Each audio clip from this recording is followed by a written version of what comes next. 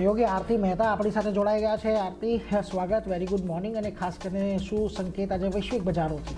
Good morning. અને global સંકેતોની વાત કરી લઈએ। સૌથી પહેલાં જે બજારની નજર હતી યુએસ અને ઈરાન વચ્ચે જે વાતચીત થઈ એના ઉપર, કારણ કે આ ફેલ વાતચીત જે છે તે આપણને થતી દેખાઈ હતી। જે ઇસ્લામાબાદમાં આપણે જોયું છે કે બંને દેશો વચ્ચે બેઠક થવાની હતી અને એ અહીંયાથી નિષ્ફળ આપણને રહેતી દેખાઈ રહી છે। ચર્ચામાં કોઈ ઠોસ નિર્ણય નથી આવ્યો અને નિષ્કર્ષ નથી આવ્યો, એને કારણે ઘટાડો જે છે આપણને આવતો દેખાયો છે અને બંને દેશોના પ્રતિનિધિ મંડળ જે છે તે અહીંયાથી પરત ફર્યા છે અને કોઈ નિષ્કર્ષ વગર અહીંયાથી ઇસ્લામાબાદમાંથી તેઓ પરત ફર્યા છે।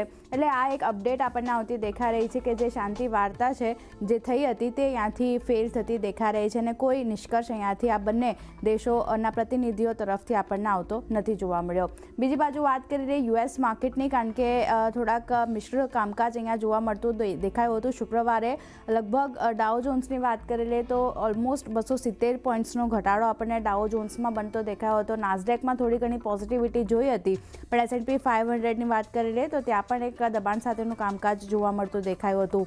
હવે ઇસ્લામાબાદમાં જે અમેરિકા અને ઈરાન વચ્ચે વાતચીત ફેલ રહી છે એને કારણે ક્રૂડમાં જોવો એક ઉછાળો આપણને આવતો દેખાઈ રહ્યો છે। ઓલમોસ્ટ 7% ઉછળીને બ્રેન્ટની વાત કરી લઈએ તો લગભગ $101ની પાસે બ્રેન્ટના કામકાજ થતું દેખાઈ રહ્યું છે અને WTIમાં પણ $100ને પાર કામકાજ જોવા મળતું દેખાઈ રહ્યું છે। તો ક્રૂડની એક ચાલ આપણે જોઈ છે। વાત કરી લઈએ ઇસ્લામાબાદમાં શું થયું છે તો ઈરાન સાથે વાતચીત જે છે તે ત્યાંથી ફેલ રહેતી દેખાઈ રહી છે। JD વેન્સ તરફથી આ નિવેદન આવતા દેખાયા છે। ઈરાને સહયોગ કરવાની ના પાડી દીધી છે તેવું JD વેન્સ તરફથી કહેવામાં આવ્યું છે। બીજી બાજુ આ વાતચીત પર ઈરાનનું પણ નિવેદન આવ્યું છે। તેઓ અહીંયા કહી રહ્યા છે કે અમેરિકાની માંગો ઘણી બધી હતી અને એક જ વાતચીતમાં મતભેદનું નિરાકરણ આવે તે સ્વાભાવિક નથી, એટલે એક જ મુલાકાતમાં આ સંભવ નથી કે તેઓ બંને એક સાથે સહમત થાય। બીજી બાજુ જે US સેન્ટ્રલ કમાન્ડ છે એમનું એક મોટું નિવેદન આપણને આવતું દેખાઈ રહ્યું છે કે સ્ટ્રેટ ઓફ હોર્મુઝથી પસાર જે જહાજો થઈ રહ્યા છે તેને અટકાવવાનું તેઓ શરૂ કરશે અને ઓલમોસ્ટ સવારે 10 વાગ્યાથી જહાજોને અટકાવવાનું શરૂ કરશે। એટલે યુએસના સમય પ્રમાણે સવારે 10 વાગે તેઓ અહીંયાથી જહાજ અટકાવવાનું શરૂ કરશે અને ઈરાન સિવાય અન્ય દેશોમાં જતા જહાજોને રોકવામાં નહીં આવે।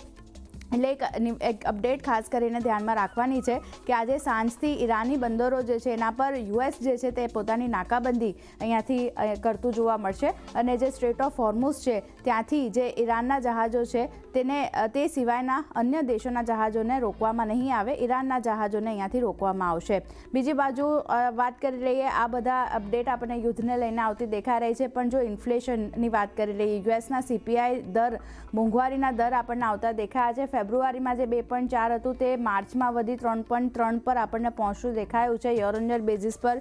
બીજી બાજુ વાત કરી લઈએ તો અહીંયા પણ જો મંથ ઓન મંથ બેઝિસ પર પણ એક વધારો આવતો દેખાયો છે। ફેબ્રુઆરીમાં જે 0.3% પર હતું તે માર્ચમાં 0.9% પર આવતું દેખાઈ રહ્યું છે અને કોર CPI મોંઘવારીની જો વાત કરી લઈએ તો ત્યાં પણ એક વધારો આપણને થતો દેખાઈ રહ્યો છે। ફેબ્રુઆરીમાં 2.5%ની સામે માર્ચમાં 2.6% પર મોંઘવારી દર આપણને આવતા દેખાયા છે। તો યુએસમાં જે રીતે મોંઘવારી દરમાં એક વધારો થતો દેખાઈ રહ્યો છે, ડોલર ઇન્ડેક્સ એક વધતું દેખાય છે, ક્રૂડમાં એક વધારો આપણને આવતો દેખાઈ રહ્યો છે, એને લીધે થોડા સેન્ટિમેન્ટ ફરી એકવાર માર્કેટના બગડ્યા છે। એશિયન માર્કેટની ઓવરઓલ વાત કરી લઈએ ત્યાંથી પણ થોડાક નબળા સંકેતો આપણને બનતા દેખાયા હતા। માત્ર તાઇવાન ઇન્ડેક્સ થોડું ઘણું પોઝિટિવ, પણ નિક્કેઈ અને સ્ટ્રેટ ટાઈમ્સમાં દબાણ સાથેનું કામકાજ જોઈ રહ્યા છે। શેંઘાઈ હેંગસેંગમાં પણ જુઓ નરમાશ આપણને બનતી દેખાઈ રહી છે। તો એશિયન માર્કેટ તરફથી પણ એક નબળા સંકેતો મળી રહ્યા છે। ગિફ્ટ નિફ્ટી શરૂઆતી કામકાજમાં 300 પોઈન્ટ્સ જેટલી નેગેટિવિટી હતી, અત્યારે જુઓ 351 પોઈન્ટ્સ જેટલી નેગેટિવિટી અને લેવલ સ્પેસિફિક વાત કરી લઈએ 23,748ના લેવલ ગિફ્ટ નિફ્ટી તરફથી બનતા દેખાઈ રહ્યા છે। તો ક્લિયરલી જે US અને ઈરાન વચ્ચેની વાર્તા કોઈ નિષ્કર્ષ વગર આપણને આવતી દેખાઈ રહી છે। બીજી બાજુ ક્રૂડના કિંમતોમાં ફરી એકવાર ઉછાળો જોઈ રહ્યા છે, ડોલર ઇન્ડેક્સ ફરી એકવાર વધી રહ્યો છે। તો આ બધા સેન્ટિમેન્ટના લીધે આપણે આજે નેગેટિવિટી સાથે ઓપન થાય તેવા સંકેતો બની રહ્યા છે। એટલે જો નેગેટિવિટીના સંકેતો છે। આભાર આરતી, અમારી સાથે જોડાઈને સમગ્ર વિગત આપવા માટે। તો ખાસ કરીને